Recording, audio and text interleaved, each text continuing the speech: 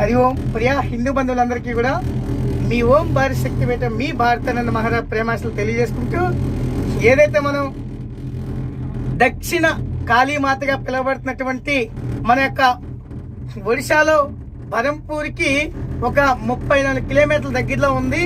అది కూడా చాలా కొండ మీద ఉంది. మనం ఇప్పుడు చాలా రోప్ వేలో ప్రయాణం చేస్తున్నాం. చాలా ఆహ్లాదకరంగా చాలా కనబడుతుంది.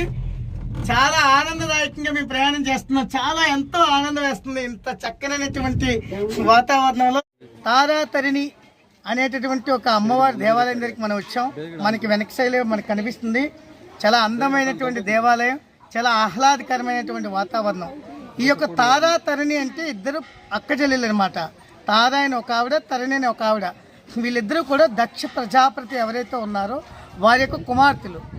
ఇంకొక విధంగా చూసుకుంటే ఈ యొక్క తారాతరిణి అమ్మవారు ఏదైతే ఉందో, మన యొక్క కాళీమాత, కలకత్తాలో కాళీమాత ఏదైతే ఉందో, కాళీమాత యొక్క ఆ యొక్క మందిరం స్థల పురాణం ఏంటంటే అది అమ్మవారి యొక్క ముఖం. కానీ ఇక్కడేంటి, అమ్మవారి విషయానికి వచ్చేసరికల్లా అమ్మవారి యొక్క స్థల భాగం అనమాట. ఈ స్థలం ఏదైతే స్థల భాగం కాబట్టి ఇది 5 రకాలుగా విభజించబడ్డాయి అనమాట. అమ్మవారి ముఖ భాగం, స్థల భాగం, ఇలా పొట్ట భాగం, కాళ్ళు, పాదాలని చెప్పేసి. కాబట్టి ఈ విధంగా ఏదైతే అమ్మవారిని విభజించబడ్డాయో మీకు గుర్తుండే ఉంటుంది. అష్టాదశ శక్తిపీఠాలని చెప్పేసి మనం అనుకుంటాం.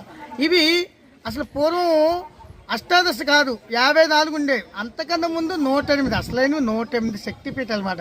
అందులో భాగం ఇవన్నీ మాట. ఇవన్నీ వస్తూ ఉంటాయి. దీన్ని దక్షిణ కాళీ అని కూడా అంటారు. అంటే అది కాళీ మాట కదా, దక్షిణ వైపు ఉంది కదా, అందుకనే దక్షిణ కాళీ అని కూడా అంటారు. కాబట్టి మీరు ఎవరైనా అమ్మవారి యొక్క దర్శనం చేసుకోవాలనుకుంటే మనసుతో ప్రేమతో రండి. మీకు అమ్మవారు ఏం కావాలనుకుంటే అవి ఖచ్చితంగా కొంగు బంగారమే తీర్చేటటువంటి తారాతరిణి అమ్మవారు. కాబట్టి జై బోలో తారాతరిణి మాతాకి జై.